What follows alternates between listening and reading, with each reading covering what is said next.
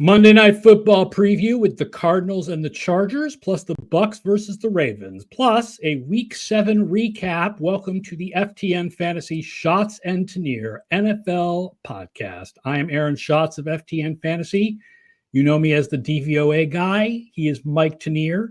The Mike Tanier Substack is at miketanier.substack.com. And we are here going to talk a little bit about the DVOA Bowl between the Vikings and the Lions, the Super Bowl rematch between the 49ers and the Chiefs, and then we'll talk some about what is going on with the New York Jets. But first, let me remind you that our show is brought to you by Underdog Fantasy. The NFL season is back, and there is no better way to celebrate than with Underdog Fantasy, which is the easiest place to play fantasy sports. The fastest growing app in the industry, Underdog is now offering a new customer FTN special with up to $1,000 on your first time deposit. The Underdog app is easy to use, and all their weekly contests, such as the onside kick, the double doink, and the 2-minute drill are back. Head over to Underdog for a deposit match up to $1,000 when you sign up with code FTN. That's up to $1,000 extra. NFL season is here. There's no better way to play than with Underdog Fantasy. I myself played some Underdog Fantasy this weekend. I scored a George Kittle over receiving yards with Drake May 2 touchdowns. Wonderful. And I am waiting on an anytime touchdown trio from Bijan Robinson, Kenneth Walker, and I'm waiting for Derrick Henry. You got Derrick Henry. Yeah. One way to go in the Monday night with Derrick Henry. He just needs a touchdown. That's pretty good, right? It's pretty good. That's pretty good. One of my buddies was doing Underdog, and he took Saquon Barkley as a 2-touchdown scorer. And my first question is, why didn't you take Jalen Hurts as the 2-touchdown scorer? We're in Philly. We know what happens at the 1-yard line here. He's like, no, I have a feeling it's going to be Barkley. Rough day for him, not as an Eagles fan, but. Yeah, a lot of Barkley runs that didn't end in the end zone. 76 yards, 1 touchdown, but not 2. We're here at 11 a.m. Eastern on your Mondays and Thursdays. We'll take your questions and comments. I'll start with a question that gets us into the first game we're going to talk about. And Camden Cap says, what is Andy Reid's DVOA after a bye week? $1 million. And who would you rather have as your head coach, Brian Flores or Ben Johnson? So first, to answer the second question, I think given the reports about how Brian Flores got along with the offensive players on his team, I would rather have Ben Johnson as my head coach. Agreed. I don't want my head coach yelling at my quarterback until his self-esteem is crushed. I look at Brian Flores as a Bud Carson or somebody in that level who is a defensive coordinator for life, a Jimmy Johnson. And as far as, you're thinking Eagles Jimmy Johnson, not head coach Jimmy Johnson, right? And as far as Andy Reid's DVO after bye weeks, I don't know exactly what it is, but it is awesome because once again, they defeated what is left of the injured San Francisco 49ers in the game that you said was, what if we played last year's Super Bowl without any of the playmakers? Because remember, the Chiefs are also down so many receivers. Yes. They lose, and the 49ers are now. Ayuk may be out for the season. Yes. Debo was just sick for this week, and Juwan Jennings should be back soon. But we may see Ayuk out for the season. Right. For the 49ers. And of course, we still don't know when McCaffrey is coming back. Right. And they're 3-4. And yes, it is worrying time in San Francisco land, whereas Kansas City is just flying on. Mahomes has more interceptions than touchdowns, and we don't care because our defense is playing well and we're winning games close and tra-la. And you're getting running touchdowns. Mahomes is getting running touchdowns. It's such a topic of conversation right now, Mahomes' touchdown total. He's the MVP favorite. He's the MVP favorite on merit when you watch the games and you see what he has to work with, especially in a game like that where, again, both teams were without most of their guys, and you just saw a difference in what Mahomes could do versus what I would say an above-average quarterback like Brock Purdy could do. Yeah. Travis Kelce, though, here's the interesting thing now. 4 receptions on 5 targets, 17 yards. Yeah. I can't tell at this point whether this is just a bad first half or whether he truly fell off the cliff, but it's like they're using him as a decoy. There's a ton of like, let's put 2 tight ends out there, make them cover Kelce and throw to Noah Gray. Yep. They're doing that. They're using Kelce as sort of an emergency guy, like the 3rd and 1. We need the guy that we can count on. They're doing some of the stuff like that right now. It's when you watch him sort of juggle catch the balls he catches. Okay, when you see the yak kind of disappear unless he's got open space around, you can see that this is the beginning of the end for Kelce. The Chiefs are now our Super Bowl favorites because, this was a hard game on their schedule. Yeah. To go into San Francisco and win, right? Turns a 0.5 expected wins or a 0.4 expected wins into 1. They have, I believe, the 26th remaining schedule. Their schedule gets much easier the rest of the way. 4 of the top 5 teams, by the way, in our playoff odds are AFC teams. Interesting. Because the NFC has so much more competition that it lowers the chances of any of the NFC teams winning the thing. Right. The bottom has fallen out of the AFC. Yes. We'll get to that in a little bit. Yeah. Exactly. Where there's like this half dozen teams you can pretty much zero out at this point, and another bunch that you can put into they're going to max as the 7th wild card. And that creates an opportunity over there where everybody in the NFC is 4-3. Except the Niners. I still feel like the Niners are going to come back from this and make the playoffs. And I still feel like they're likely to win the division. And Lord knows you are not a Seattle Seahawks fan, but that is their competition right now. Right. And that's what I think what the Niners have going for them. They can right their ship a little bit.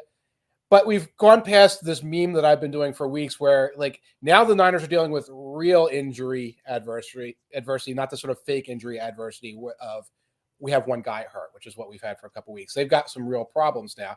And I think they've got problems that go beyond that. If you look at their run defense the last couple of weeks, it has not been strong.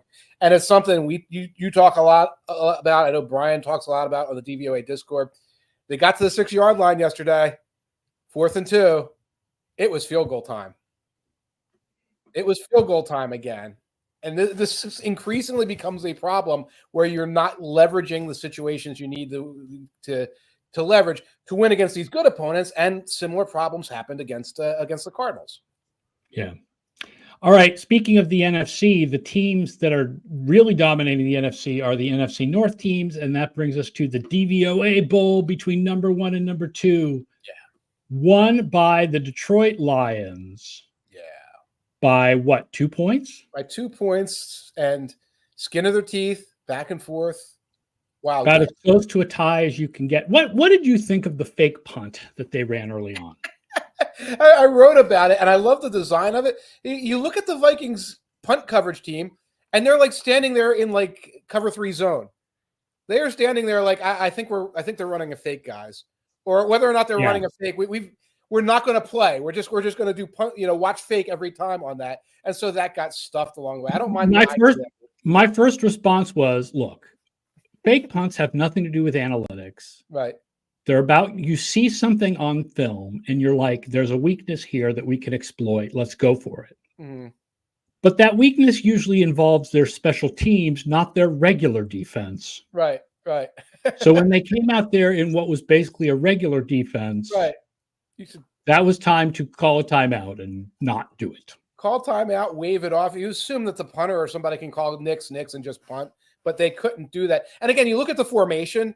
The formation is so obviously hinky where you had 2 guys on the left. One guy was pretty much a slot receiver. I think he wasn't the one who took the ran as a pitch man. There was an H-back. Everything about that said, hello, alert, they're running something funky. And both offenses excelled on 3rd down. Yes. 7.8 yards per play for the Lions with 2 touchdowns. 8.6 for the Vikings with 1 touchdown. Yeah. So I think that even though the Vikings lost, I came away from that game thinking, I think the Vikings are for real. Yeah.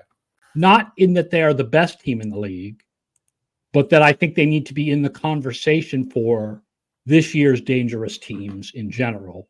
It was not just a hot start. That defense is even though they had their worst day yesterday, I still feel like really good.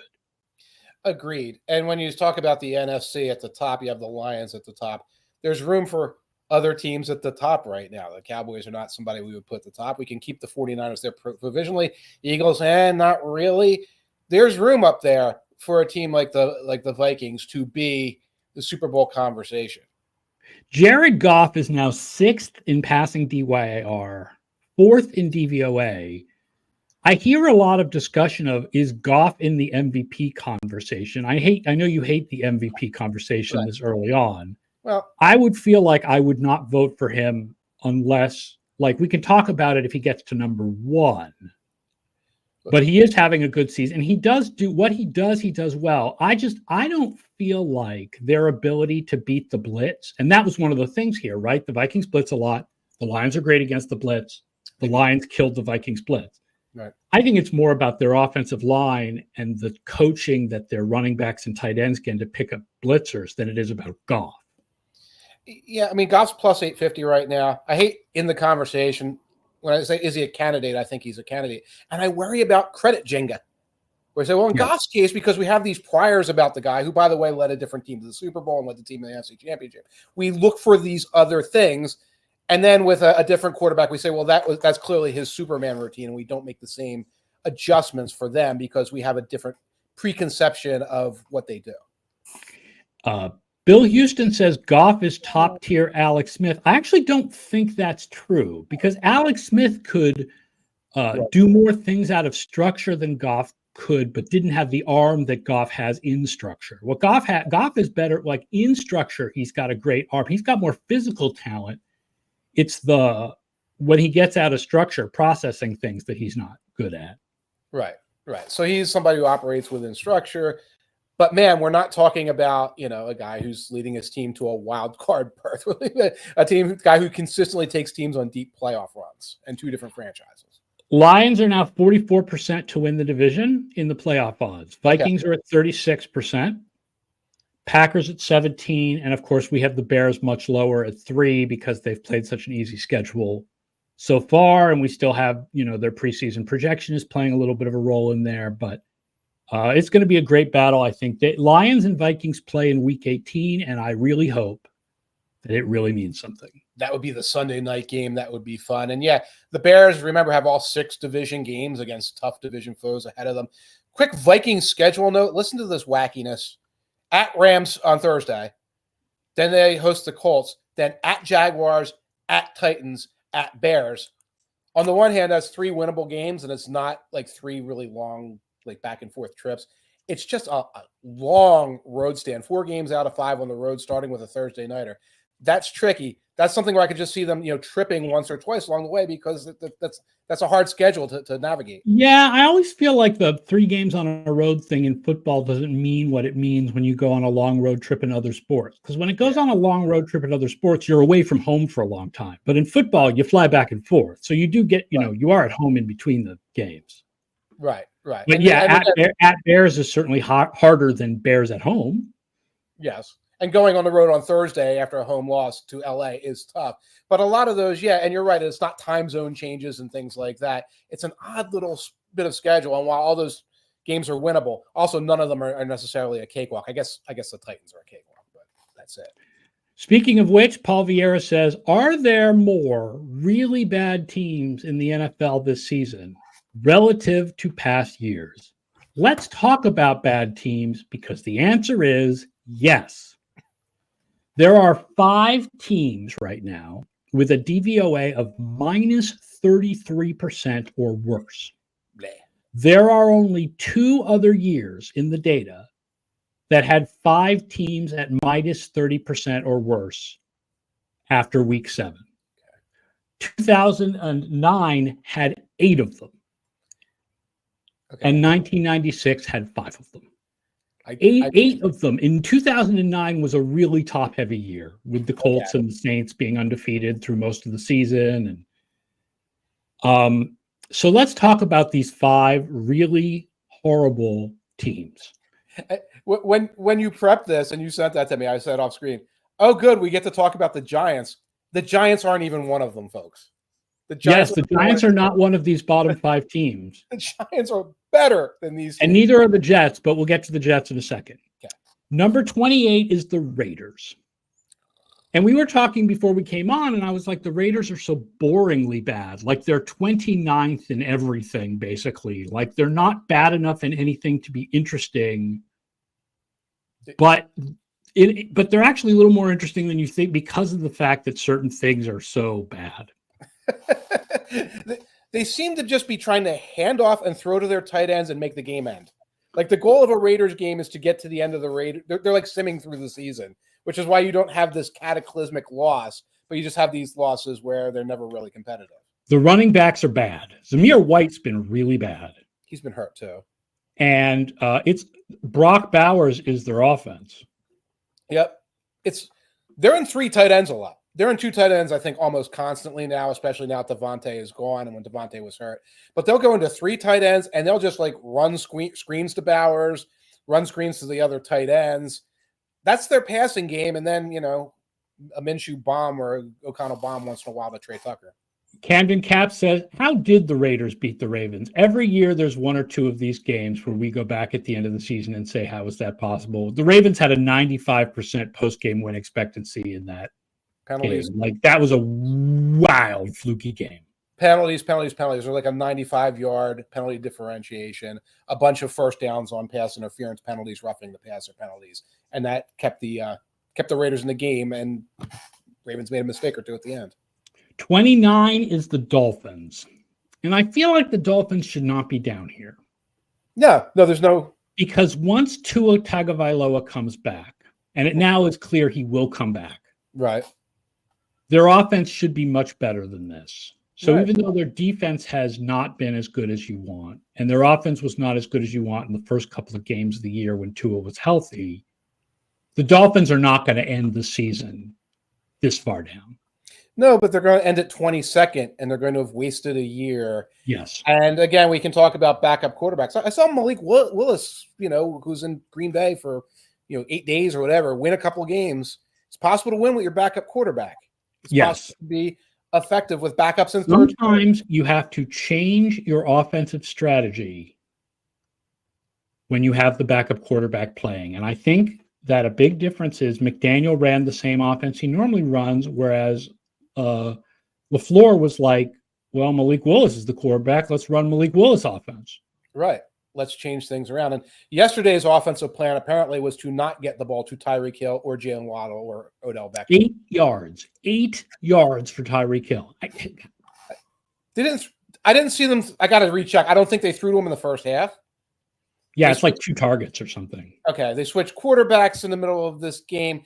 It's completely directionless right now. And I think that's an indictment of McDaniel's ability to coach when he's in a suboptimal situation.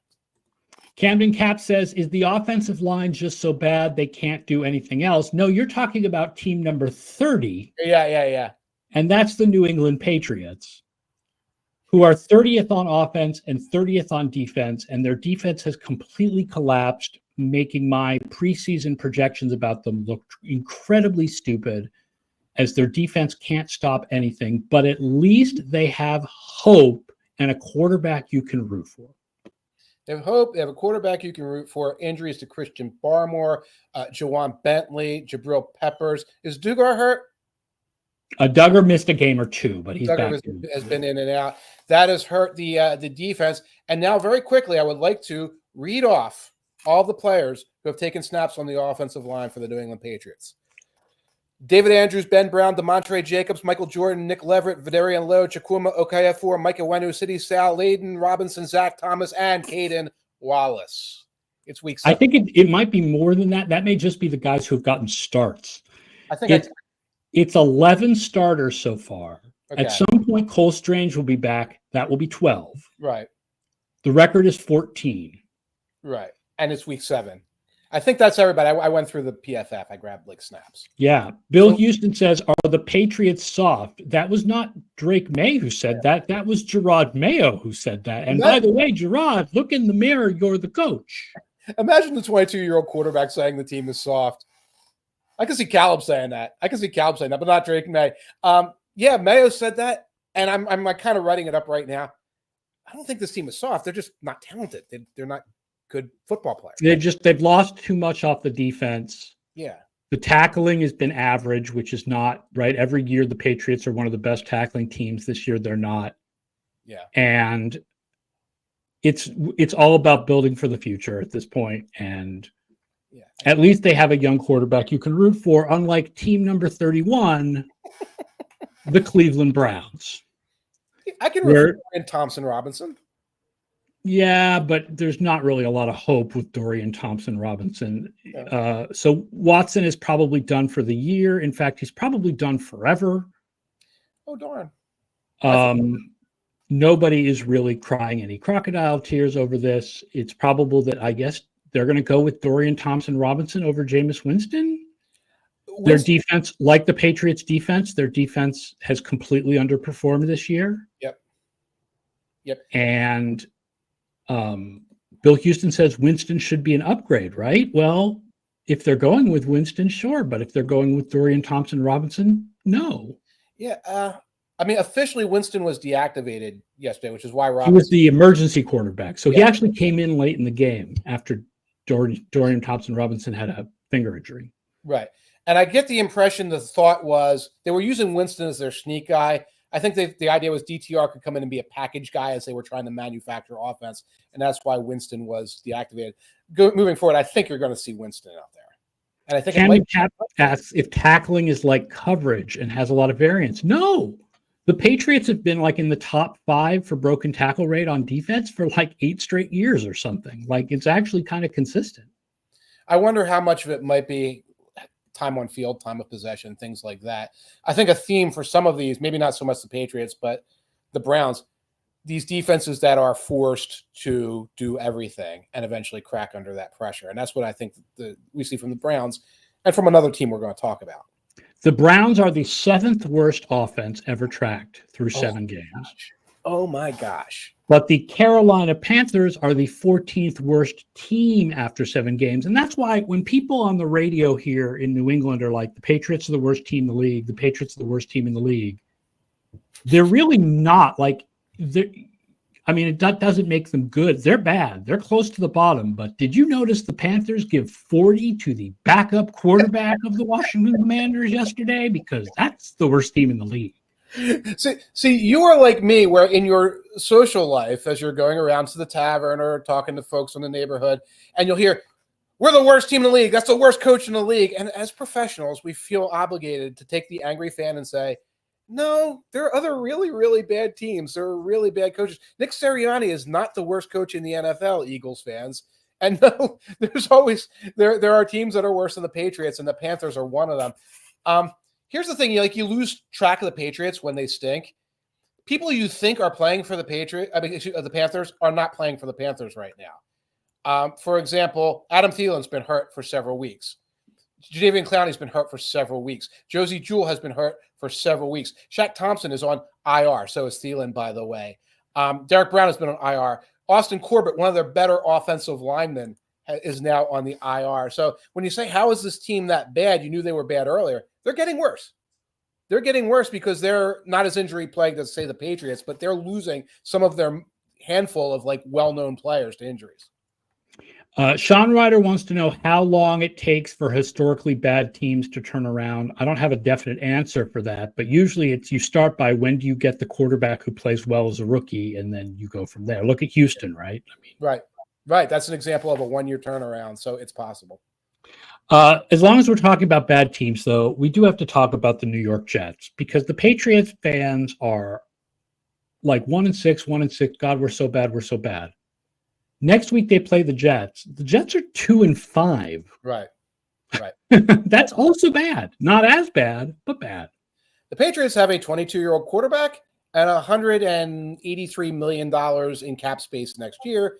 The Jets have a 40-year-old autocrat weirdo quarterback, several draft picks gone, and no cap space next year.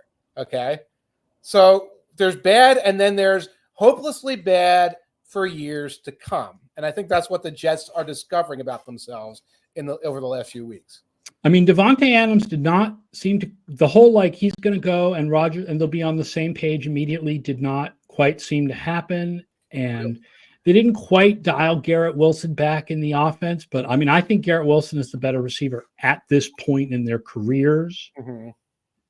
And their offensive line has been terrible. They are dead last in adjusted line yards. Yeah. And Aaron Rodgers' response to pressure used to be to roll out and make something happen.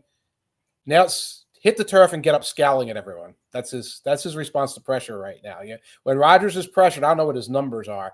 He is not a good quarterback anymore under those circumstances. If all goes well, I will see this team twice in the next 2 weeks. Okay, what's happening? Because I'm going to Gillette on Sunday. Right. And then I'm supposed to be driving down to MetLife for the Houston game the following Thursday on Halloween. Wow. I've never been to MetLife. I was like, let's go to MetLife this year. And that was the game I picked Thursday night, Houston and the Jets. You're going to be disappointed with the catering compared to Foxborough. Oh, that's not good. Yeah. We'll see. I'll write about it for everybody. Chicken finger time. Bill Houston says the Jets also have Woody Johnson as the owner for the foreseeable future. Can an NFL team be successful with a bad or impulsive owner? They're all bad. Impulsive, I think, yes, because I would see Jerry Jones as impulsive, and the Cowboys won 3 titles. Right. Sometimes with these owners, they get good reputations because the team gets good. And suddenly the guy's not a meddler anymore. I mean, some of these eyes are. Well, Robert Kraft is a great example of that, right? Like when he put Belichick in charge, we heard was finally Kraft is going to let the football people run football. Mm-hmm. Now that it's not Belichick involved, all we hear around here is Kraft's not letting the football people run football. Right. Which I don't know how accurate that is. Although it does seem like Kraft is rather involved at this point. But you got to hope. And again, you got Woody Johnson. If we start ticking off the owners around the league, if you can get to the top half, you get better than Tepper, and you get better than Haslam and things like that. You have to have some level of success. All right, let's count up the new top dozen in DVOA. Mm-hmm. Number 12, Mike's favorite team. They just keelhauled the Atlanta Falcons. Yep. The Seattle Seahawks move up to 12th this week. Really solid game, their best win of the year. So I don't mind having them at 12. You look at their upcoming schedule, it's a road. It's going to be a journey, but they're still hanging in that playoff picture. And their rivals, the San Francisco 49ers, dropped to 11th. Feels accurate. For where they're playing now. Number 10, up 8 spots. What point do we have to take the Denver Broncos seriously? No! Oh, that defense has been really good. Defense is really good. And they just got one of their top pass rushers back from injury. Okay, and Surtain should be back at some point. And Surtain should be back soon. Right. And he's playing really well this year. And I feel like Bo Nix, I'm not looking at the numbers and the reality. Maybe I'm just thinking about my preconceived notions that I just feel like he's just not the guy. But he's not good. Been all right so far. He's not good, but he's avoiding negative plays. Yeah. There's growth potential. There's growth potential with him and that offense, and the defense has been playing well. So you got to put him in the wild card picture at the very least. Number 9, pending tonight, the Tampa Bay Buccaneers. Okay, they played well, of course. Number 8, Green Bay. Weird team. Good team, weird team. Weird team to watch. Very Favrian. No, which is weird because it's not Favre anymore. No. Yeah, what is very Favrian? He is very Favrian. Loosey-goosey, wackadoodle, NFL blitz, touchdown, interception, we win. 7, up 5 spots, the Washington Commanders. Will not be denied. Yeah, and Daniels apparently not a very bad injury. Which is good. We don't want to see that. I hope they take their time with him because they have a long game to play. They don't do an RG3. Number 6, based on defense, not offense, is the Houston Texans. Yeah, their offense is. God, doesn't it feel like it should be better than this? It should be better than this. Oh, look, Rivers will probably post another thing on it. Interior offensive line is a big problem right now. Number 5, the Buffalo Bills. Yeah, survived a little scare yesterday. Mini scare. And number 4, higher in DVOA, even though it's the same rank as last week, they went up. Kansas City. Makes sense. Number 3, dropping from the top spot, is the Minnesota Vikings. Right. And that's earned. And again, they belong in the top 10 somewhere because that was a tough loss, but they played well. Number 2, pending tonight, the Baltimore Ravens. Ooh, Dan Campbell's going to be happy. Our new number 1 is the Detroit Lions at 36.3%. Love it. And they're there on merit. Absolutely on merit, even without Hutchinson. I mean, the pass rush was definitely weaker. The first half, I never said to myself, oh my God, you can clearly see how they miss Hutchinson here. Third But quarter. the second half, it became more of a thing. The third quarter, not only when a couple of those third and longs, Darnold had all day to throw, including a touchdown. There are a couple others. And then when he's scrambling and he's making positive plays on scrambling, you realize nobody can even chase Sam Darnold down from behind. Like, there's nobody that fast on the edge. And Sam Darnold now, not Justin Fields. And that's something, again, they should be looking for ways to address. At one point, it looked like Pascal was hurt, and I was like, oh, you got to be kidding me. Another one, but I think he's fine. Yeah, I did not say anything. Monday Night Football. So it's an interesting Monday Night Football tonight because it's a doubleheader. Yeah. But far be it for me to bite one of the hands that feeds me. But one game is only on ESPN Plus. Mm-hmm. So the main game, which is at 8:15, is the Baltimore Ravens at the Tampa Bay Buccaneers, both top 10 teams in DVOA. The Buccaneers are interesting because they're top 10 in all four. Not special teams, so not all 5 phases, but all 4 phases. Barely. They're 10th. They're 10th in 3 things and 7th in the other. But they're balanced. They're balanced. And yeah. they're doing a lot of things well, and they've played well against some quality opponents along the way. And they've succeeded despite some questionable play on both trenches. They're only 22nd in the ESPN pass block win rate. They're only 21st in the pass rush win rate. They were without Vea for a couple of games. They've been without their center for a while. There's probably some wobble in that data. The Ravens are only 21st on pass defense so far. That's been their weakness. Interesting. They're 28th against number 1 wide receivers and 28th against tight ends. In fact, using our sponsor, Underdog Fantasy, I took a trio for tonight. Mike Evans over 54.5, Cade Otton over, I believe that's 38.5. And because the Buccaneers are weak against tight ends, I took an Isaiah Likely over that I think was 22.5. Okay. I like it. So I have to hit all 3 of those to win, but yes, we'll see what happens. Underdog's fun like that. Mm-hmm. I mean, the Buccaneers are dangerous, and they're at home. Mm-hmm. I mean, I feel like the Ravens, I'm been driving the Ravens bandwagon since the preseason. They were my AFC Super Bowl pick. I feel like they should win and cover. Yes.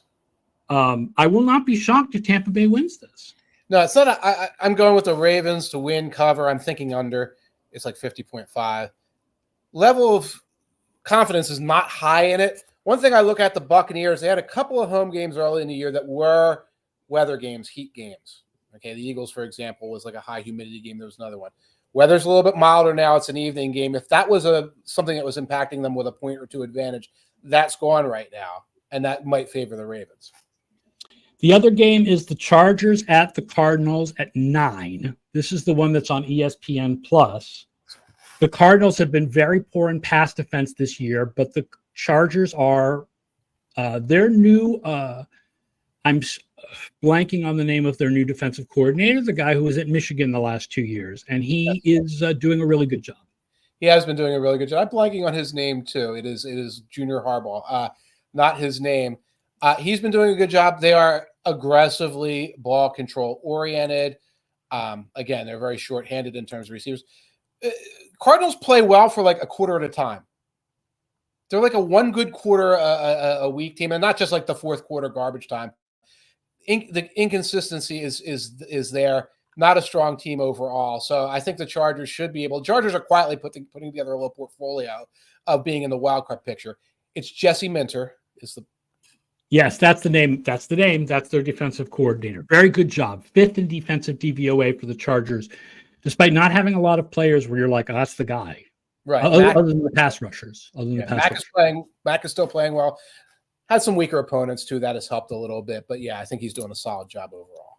Iridium says we are probably a year away from getting a game on Tubi. I don't think we could get a game on Tubi because you don't have to pay for Tubi. I'm thinking Crunchyroll will have like a little anime NFL crossover, and Hassan Riddick can host it. Cardinals are last in pass rush win rate, but the Chargers are last in pass block win rate. So that is one of those resistible force versus movable objects. Movable object. I admit I have not even checked a Chargers injury report. The line is 1.5. This is another one where I feel like I like the favorite. I do like the Chargers, even though they're on the road. I like the Chargers. I don't have a lot of bandwidth for this particular game, though. One more question from Mike Roosh, a very late arrival, but if you haven't talked about it earlier, does it ever make sense for win now teams to fire a coach early in the season? It rarely seems to solve anything that ails you. I mean, if there's some kind of real mutiny, if the coach does something that really, sours the locker room, yeah, but like what we saw last week with the Jets, I don't understand it. They're not improved without. They're no better without Saleh. There's no. I mean, this is nothing against Jeff Ulbrich, but it didn't seem to solve anything. You kind of are just forcing your assistants to wear additional hats and attend additional meetings and take on additional responsibilities. So just from a personnel standpoint, it's not a great thing when you're trying to optimize everything. And it's only week 6 to say, okay, Ulbrich, now you've got to attend this meeting and do this meeting and make fourth down decisions, which you've never made. And if you saw last night, they were punting on 4th and 2 and doing stuff like that. It's something you do in week 14 when you stink and you just need to fumigate the locker room. Very odd that the Jets went that way.